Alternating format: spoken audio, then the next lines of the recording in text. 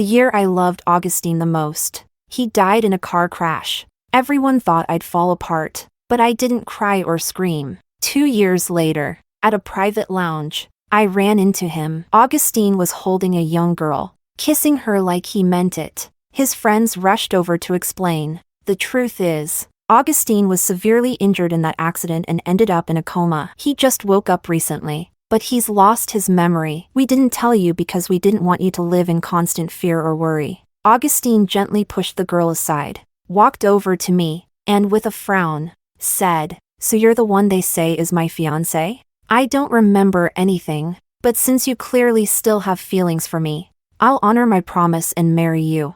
I smiled faintly and replied, "They lied to you. We don't know each other." What Augustine didn't know was that on the day of his supposed death, I received a video. In the video, he was smiling as he spoke to someone. Just thinking about spending my whole life with only Celestine after marriage, I can't do it. I'll fake my death. Have some fun for a few more years. You guys make sure to comfort her so she doesn't do anything stupid. What he also didn't know was that during those 2 years he was dead.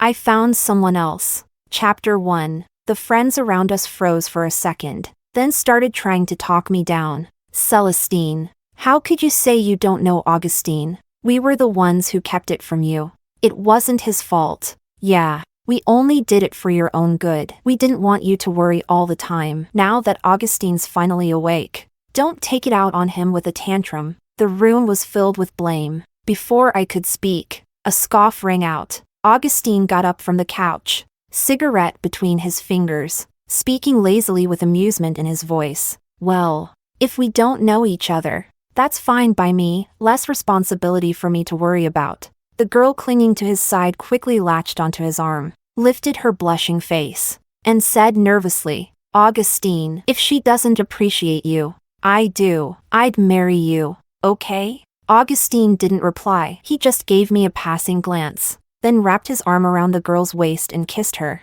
The friends around us all moved at once to block my view. They tried to comfort me. "Celestine, you know he lost his memory. He used to love you more than anything. Yeah, Seal, you should take care of him. Help him remember. Don't be so cold." I opened my mouth, ready to say something to Augustine's so-called friends, but a sudden pain shot through my stomach. My face instinctively paled. I didn't stay. I turned and walked out of the room. I moved fast, so fast that no one inside had time to react. Once I was completely gone, they turned to Augustine with concern. "Augustine, maybe you pushed her too far." Celestine looked really upset. Her face went completely white. "What if she actually leaves you?" Augustine chuckled, sitting back down on the couch. "Celestine's easy to win over. After 2 years, there's no way she doesn't still want me. Besides, I've got the amnesia card. When I'm done having my fun, I'll just tell her I got my memory back. Say it wasn't really me back then.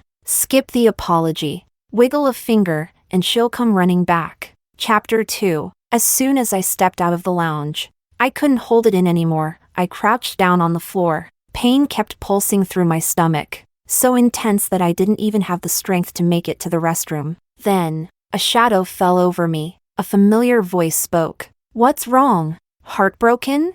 Hoping to get back together with him?" I looked up and saw Sebastian leaning against the doorway, arms crossed, staring at me with a cool expression. He was dressed in all black, high-bridged nose, his eyes unreadable under the dim lights. His lips, under the glow, were sharply defined and elegant. In that moment, a wave of injustice surged in my chest. Tears, uninvited, began to fall. Sebastian panicked instantly, quickly dropping his arms and walking toward me. "Don't cry. I won't say that again." He was tall, solidly built, strong, with one arm. He scooped me up from the ground. The scent of cedar clung to him, calming yet intoxicating. I instinctively wrapped my arms around his neck and murmured, "My stomach hurts." Sebastian paused for a beat. "Came early?" I nodded. My lips accidentally brushed his jawline as I leaned my head on his broad shoulder. He carried me to the car,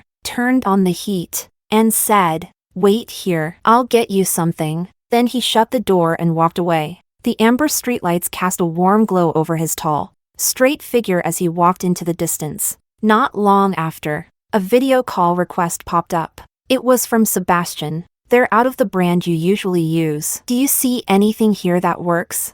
I was just about to choose when a familiar voice, mixed with surprise, cut in from the video. Augustine had walked into the store, arm around the waist of that same girl. He glanced Sebastian up and down and laughed. No wonder you didn't come out drinking tonight. Turns out you were busy shopping for some girl. Huh? Are you video calling her right now? Come on. Let me see who this magical girl is that managed to make our stone-hearted CEO catch feelings. As he spoke, he reached out, trying to grab Sebastian's phone. I instinctively turned my face away from the camera, but Augustine never touched the phone. Sebastian just gave him a look, one look, and Augustine pulled his hand back. All right. I get it. You're really guarding her. Next time bring her out and introduce her to us. By the way, I saw Celestine tonight. She walked into the wrong lounge and caught me kissing another girl, scared the hell out of me. Luckily, the guys were quick on their feet and said I lost my memory. I'll just play dumb a bit longer, then say I recovered. Honestly, Sebastian, I owe you big. That fake death idea you gave me was genius. I wasn't ready to settle down, and this gave me the perfect excuse. The camera shook slightly, and the next moment, the call disconnected. Sebastian didn't return for another 10 minutes. When he did, he didn't look at me. He handed me the bag and quickly slid into the driver's seat, locking the doors behind him. I asked someone to drop off some red date ginger tea at your place. Will you go home and drink it? His voice carried a rare hint of caution. It almost made me laugh. Sebastian was a well-known heir in the capital's elite circles, and Augustine's best friend. Back when I used to tag along with Augustine to dinners, Sebastian was always there. He was cold to me, especially whenever people joked about me and Augustine showing PDA. He wouldn't even spare me a glance. Sometimes he'd even mock me or act openly annoyed. Everyone in that social circle assumed he hated me. Until the day Augustine died in the car crash, I received a video from Sebastian. In it, Augustine was smiling as he said to someone, "Just thinking about having only Celestine for the rest of my life after getting married, I can't do it. I'm faking my death to enjoy life a bit longer. You guys take care of her. Make sure she doesn't do anything dumb." What I didn't expect was that the whole fake death scheme had been Sebastian's idea. This man, he's got a calculating mind. Chapter 3. As soon as we arrived at Sebastian's villa, before my feet could fully touch the ground, he scooped me up in his arms. After I finished cleaning up in the bathroom, he laid me on the bed and handed me his phone to play games. Once I'd finished my warm drink, he casually took off his clothes and got into bed next to me, gently massaging my aching stomach. The ceiling light cast a soft glow, like a veil over his defined abs. Each line seemed to tell a quiet, untold story, tempting, inviting exploration. That's exactly what I thought, and exactly what I did. Sebastian's eyes darkened as he caught my wandering hand. "Behave," he warned. I didn't. He cupped the back of my head and pulled me down to him. After 2 years, he knew my body like the back of his hand. When things reached their peak, he took my hand, his voice rough and low. "Help me." I already knew Sebastian had impressive stamina from the night I drunkenly ended up in his bed. It wasn't until my wrists ached unbearably that he finally stopped. Just as he was about to carry me to the bathroom, his phone, lying by the bed, rang. I accidentally rolled onto it, hitting the answer button. "Seb, I'm thinking of throwing an engagement party with Julia to mess with Celestine. What do you think?" She saw I'm alive and didn't even bother to check on my health. All she did was get jealous and mad. And now she's ghosted me. Looks like she's grown a spine after 2 years. I need to teach her a lesson, make her feel the pain of losing me again. I've got some plans. When the time comes, you. Augustine's voice rang out from the phone. But before he could finish, I gasped. Not because of what he said, but because something had stirred back to life. And it moved in my hand, embarrassed and furious. I shot Sebastian a glare. From the phone, Augustine's voice returned, full of surprise. "Sebastian, what the hell are you doing? Is there a woman with you right now? Wait, is it that same girl you were video calling earlier?" 2 years had passed, and all I'd done was let out a single sound. Given how many flings Augustine had in that time, he didn't recognize me just from that. Sebastian didn't respond. His eyes were fixed on me, dark, intense. filled with something I couldn't name. I glared again, wriggled out of his arms, and started crawling toward the other side of the bed. But I didn't get far. He grabbed my ankle and pulled me back in. Augustine kept talking. Bro, you've got to bring her out sometime. I need to see who managed to crack that stone-cold heart of yours. Now that you've got someone, I guess I can't set you up with girls anymore. Huh? Oh, and about the engagement, I was thinking of asking you to invite Celestine. But then I remembered how much you've always hated her. Before he could finish, Sebastian hung up on him without hesitation. He tossed the phone aside, wrapped one arm around me, and carried me straight to the bathroom. By the time we came out again, 3 hours had passed. Sebastian wore a look of complete satisfaction. I shot him a death glare and flopped onto the bed, ignoring him completely. I picked up my own phone and checked a message. It was from one of Augustine's close friends.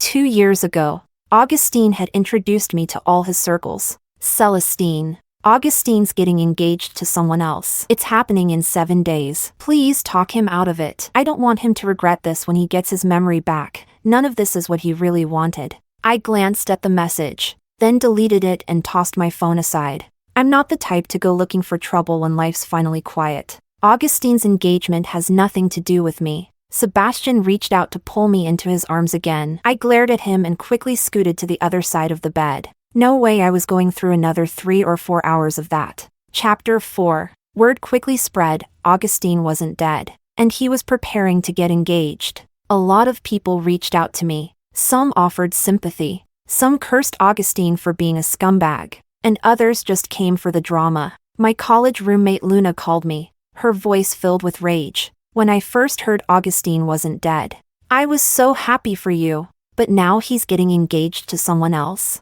That's outrageous. Since when did amnesia give someone the right to betray their fiancé? Hasn't anyone reminded him you're the one he was supposed to marry? No way. I'm not letting my bestie get played like this. I'm going to find out where his engagement party is. We're crashing it. I'll raise hell for you. I chuckled. People get divorced even after marriage. An engagement? That can be cancelled too. My relationship with him ended 2 years ago. What he does now has nothing to do with me. But Luna was still fired up. I just can't let it go. You waited for him for 2 years. I saw you single all that time. I was mid-bite into a cookie and almost choked. Waited for him?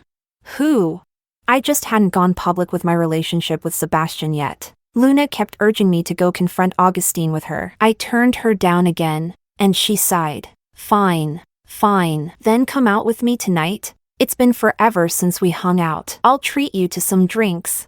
I didn't have anything better to do, so I agreed. Luna picked the place. She arrived before me. When I saw the hotel in front of me, I paused in confusion. Didn't you say we were going to a bar? Why a hotel? Luna avoided my eyes and tugged me inside. Bars aren't safe at night. What if we get drunk and something bad happens? A nice hotel lounge is safer. We can grab some snacks. Chill, it's better this way. She led me inside. As the lobby doors swung open, my face darkened. It was Augustine's engagement venue. On stage, he was already at the ring exchange part of the ceremony. The girl standing across from him was the same one I'd seen him kissing at the bar. She looked up at him shyly, her face glowing. Augustine, on the other hand, looked tense. He kept glancing toward the entrance. When our eyes met, he paused for a second, then his brows relaxed, and a faint smile tugged at his lips. The MC standing beside them asked,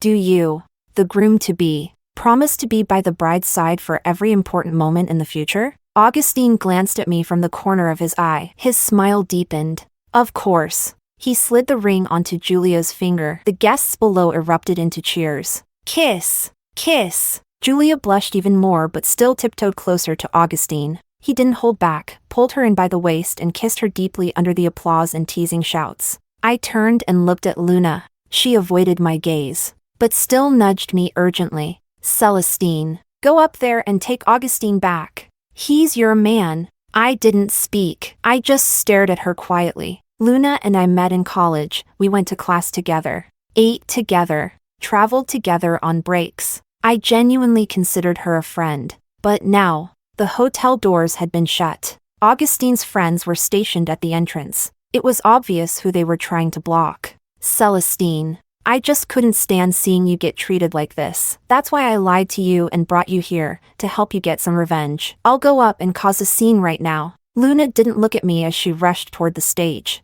I stood still and asked calmly, "Luna, Julia, she's your cousin, isn't she?" I remembered Luna mentioning it once in college. She had a cousin. So what? Your cousin asked you to bring me here to make a scene? Embarrass me? Make her look better by comparison? My words hit home. Luna froze, stunned. I gave a short, cold laugh. Just because your cousin treasures that kind of disgusting man doesn't mean the rest of us do. I glanced around the hall. The venue was elegantly decorated.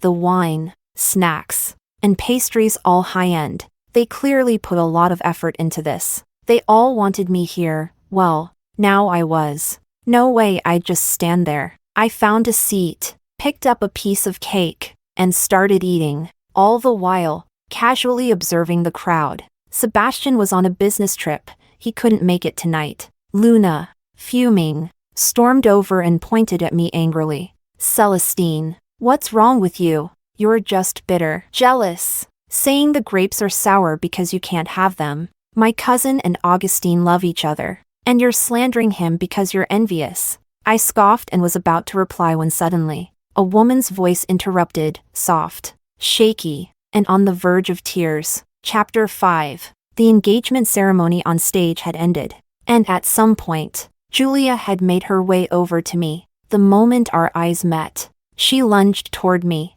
grabbing both my hands. "Celestine, please, don't blame Augustine. He's lost his memory. He doesn't remember you. He only loves me now. It's not his fault. If you're upset, take it out on me. Hit me. Scream at me. I'll take it all. I'll even get down on my knees if you want. Just please. Don't blame Augustine." Julia moved fast. Her fingers dug tightly into my wrists, her nails sinking deep into my flesh. The pain made me instinctively shake her off. It wasn't a hard movement, but she let out a sharp scream and dramatically collapsed to the ground. A second later, someone shoved me hard. I was wearing heels today. The sudden push made me lose my balance, and my ankle twisted under me. A wave of pain shot up my leg, nearly bringing tears to my eyes. Augustine stared at me furiously. "Celestine, you've gone too far. Who gave you the right to come to my engagement and bully Julia like this? Do you think I don't exist anymore? Apologize to Julia." The guests in the hall had already been watching me the moment I appeared. Now, with drama unfolding, they gathered even closer, eager for the show. Someone whispered loudly, "Celestine, you and Augustine are history. You don't belong here." Causing a scene at his engagement? Not a good look. Exactly. People should know their place. He doesn't love you anymore. What's the point in forcing it? A forced relationship is never sweet. Julia lay in Augustine's arms, eyes red, sobbing softly. She tugged at his sleeve and spoke gently. "Augustine, it's okay. I don't blame Celestine. Seeing you with me must have made her sad. It's only natural. It's normal that she'd hate me, resent me, as long as she doesn't blame you. That's enough. This isn't your fault." Augustine looked at Julia tenderly before turning to me, his expression icy. "Celestine, whatever we had ended 2 years ago. Now, the one I love is Julia. If you hurt her, I won't let it slide. Apologize to her." Now, from where the crowd couldn't see, Julia gave me a smug, mocking little smile. I smiled right back. "All right, I'll apologize." The next second, my hand struck her across the face, and just to make it look better, I gave her other cheek a matching slap. Perfect symmetry. Julia screamed and burst into tears. Augustine, fuming, raised his hand to hit me, but his friends rushed forward to stop him. They whispered urgently to him, "Don't take it too far. If you get your memory back, this'll all be a mess. Come on, man. Julia doesn't even compare to Celestine. Don't lose your mind." Augustine looked like he wanted to say something, but just then, one of his friends suddenly called out, "Sebastian, you're back. Quick!" Celestine twisted her ankle. "Take her home." At the sound of his name, I turned and saw Sebastian walking toward me from across the hall. Chapter 6. In the back seat of the car, Sebastian's face was stone cold as he took off my shoe and gently rested my foot on his lap. Weren't you on a business trip? Why are you back? It wrapped up earlier than expected. Then I saw the guys in the group chat saying you showed up at Augustine's engagement party. I knew about that group. Sebastian and Augustine's social circle had one. During Augustine's 2-year fake death, he'd posted plenty of updates in there, proudly sharing his carefree life. I glanced at Sebastian's clothes. He was still wearing the same outfit from this morning when we'd video called. Knowing his habits, he'd usually change after landing,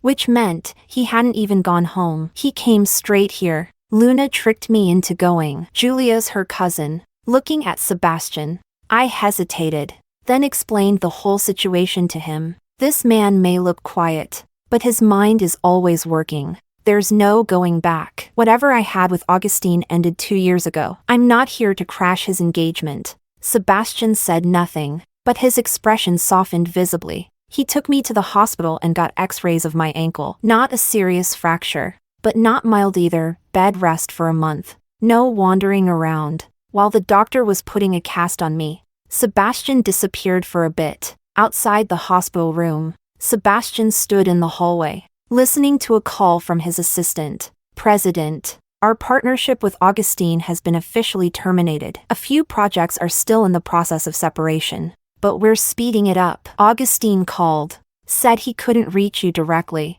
Sebastian responded coldly. Ignore him. Understood. Once the cast was finished, Sebastian returned and brought me home. In the following days, he stayed with me the entire time, afraid I'd get bored. He didn't go anywhere. When the day came to remove the cast, he wanted to call a doctor to come to the house. I refused. After being stuck inside for over a month, I wanted some fresh air, insisted on going to the hospital. When we got out of the car, I felt like I could walk fine, but Sebastian insisted on carrying me into the doctor's office. I couldn't argue him down, so I let him. But all the stares around us made me a little embarrassed. I buried my face into his chest. Meanwhile, not far from the hospital, in a bar, Augustine sat in irritation, staring at his phone, calling someone over and over again, but the call kept going unanswered. His friends around him exchanged uneasy glances before one of them finally asked,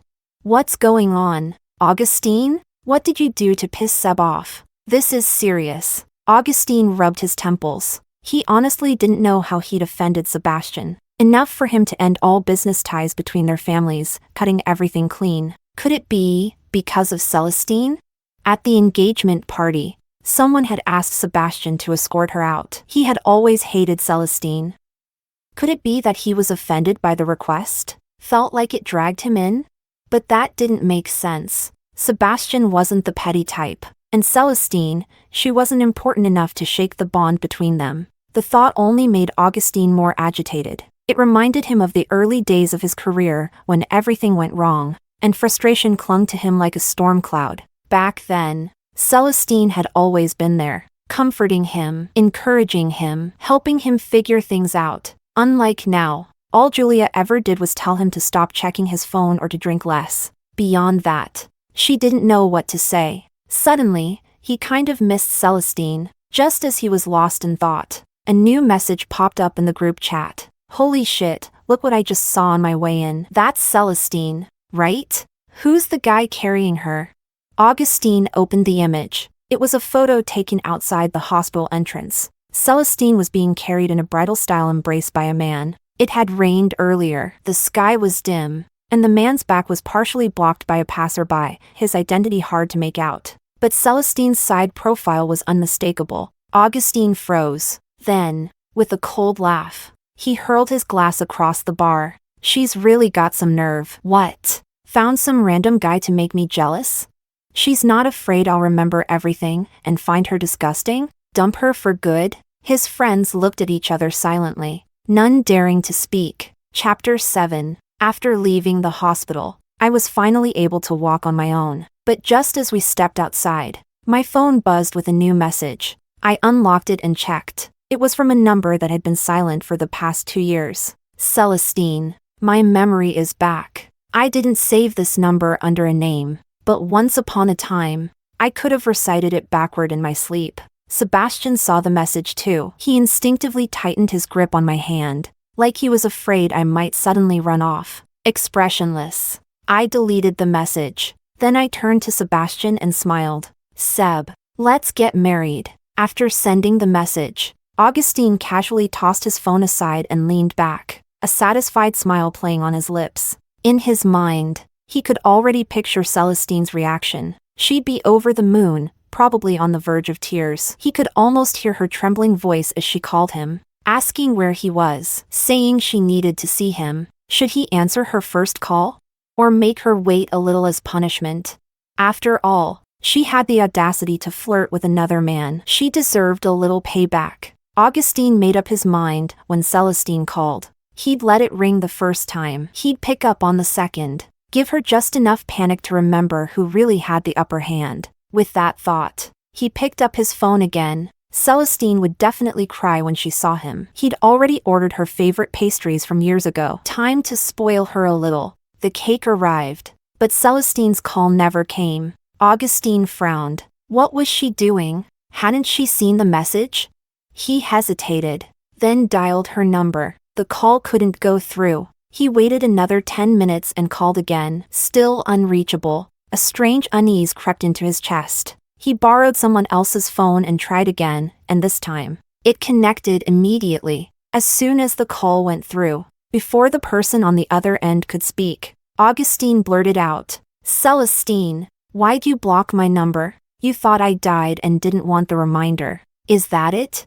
Silly girl, I'm still using that number. Unblock it, okay? Oh, and did you see my message?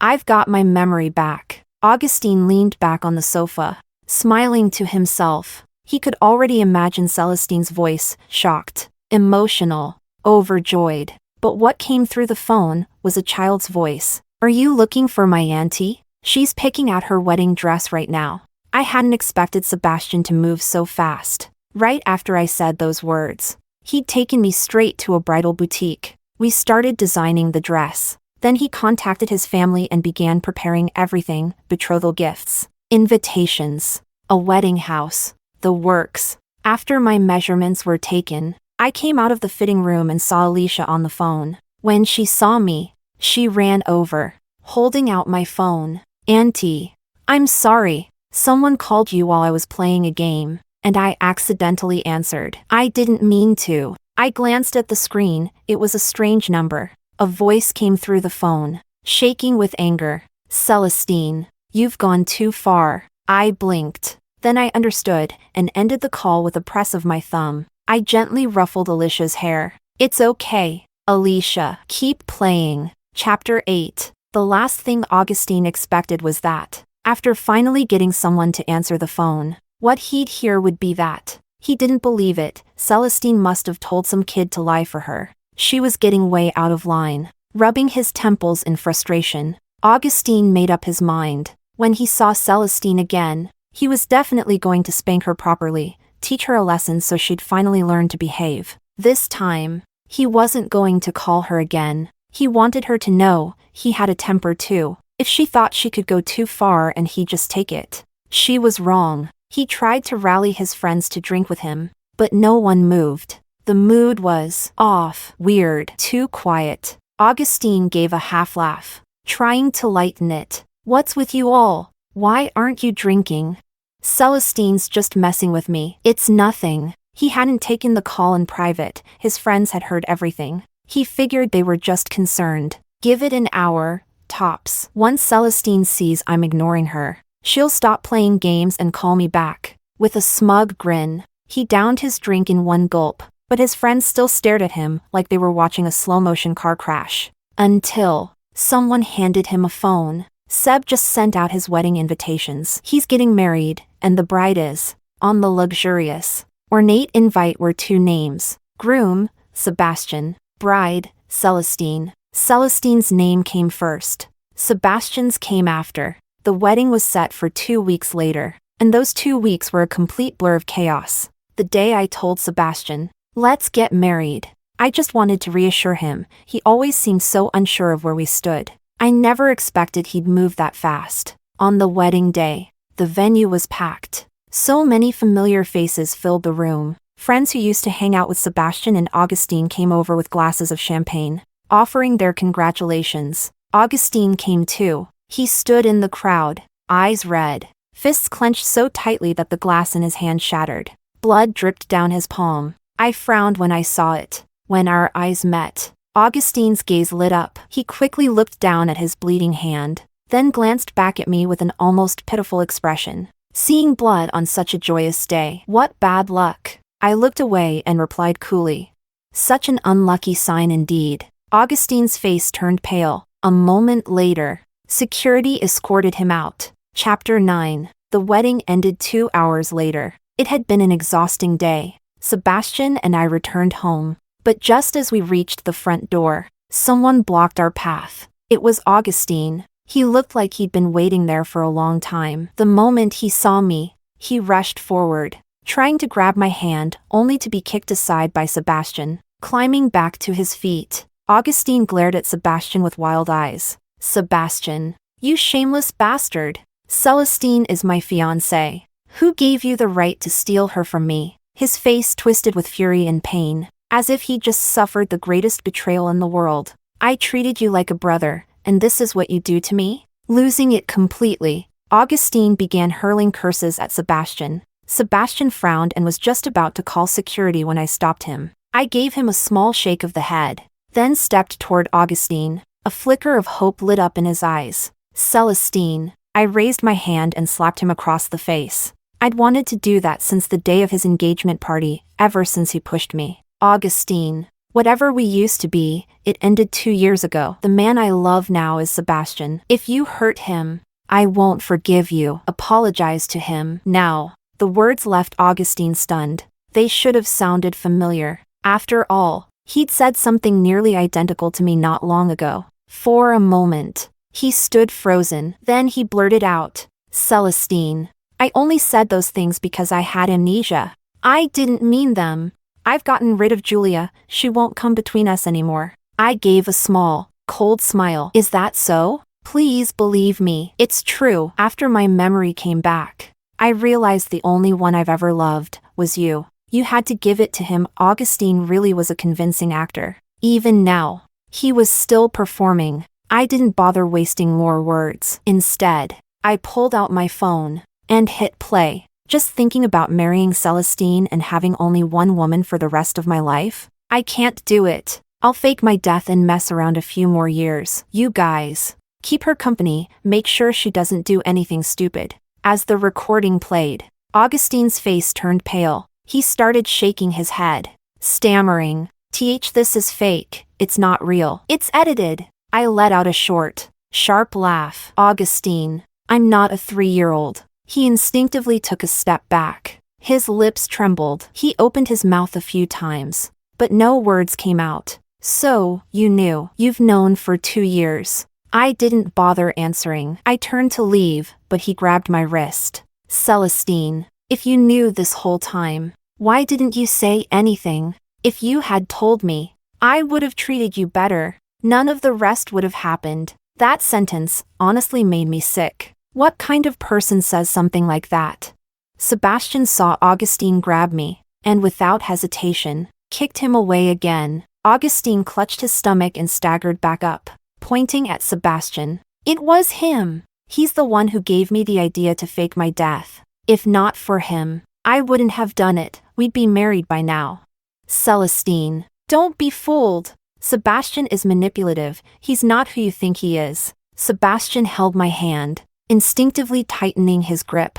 I had already known all of this ever since I saw that video, but we'd never really talked about it. And honestly, I didn't feel the need to. It was just a little trick he used to win me over, I said lightly. I squeezed Sebastian's hand and led him toward the house. He gave a wave, and security stepped in to remove Augustine. The next time I heard anything about Augustine was 3 months later. This time, he was actually dead. They said it was a car accident. Luna sent me a storm of angry messages, filled with curses and blame. Celestine, you heartless bitch. Do you even know what kind of hell Augustine's been living in? Drinking, fighting, totally wrecked, because of you.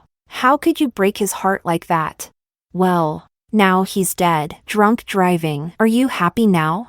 And a whole bunch of other disgusting messages I didn't bother reading. I just forwarded them to Sebastian's lawyer. The lawyer filed a report. Luna was arrested and educated by police and ended up with a criminal record. I didn't pay much attention to it. I was busy picking honeymoon destinations with Sebastian. Sebastian. When did I fall for Celestine? Probably back in college. We went to the same university. I fell for her the moment I saw her. Before that, I always thought love at first sight was a ridiculous concept, something that would never apply to me. And yet, there it was. But before I had the chance to confess, I was sent abroad on assignment with my advisor. By the time I returned, the next time I saw her was at a dinner party. She was already my best friend's girlfriend. I knew her. She didn't know me. I still remember that moment clearly. She stood next to Augustine, smiling softly, and introduced herself. "Hi everyone. I'm Augustine's girlfriend, Celestine." In that moment, I actually thought, I don't want this brotherhood anymore. But I couldn't do anything. They were already engaged. And Celestine genuinely liked Augustine. There was nothing I could do. Maybe I was just stupid, knowing they loved each other. Yet I still showed up to every dinner she attended, just to torture myself. I endured it for a whole year. Then came the news, they were finally getting married. That's when I told myself, let it go. But the night before their wedding, at Augustine's final bachelor party, he said he hadn't had enough fun yet. That's when I knew. My chance had come.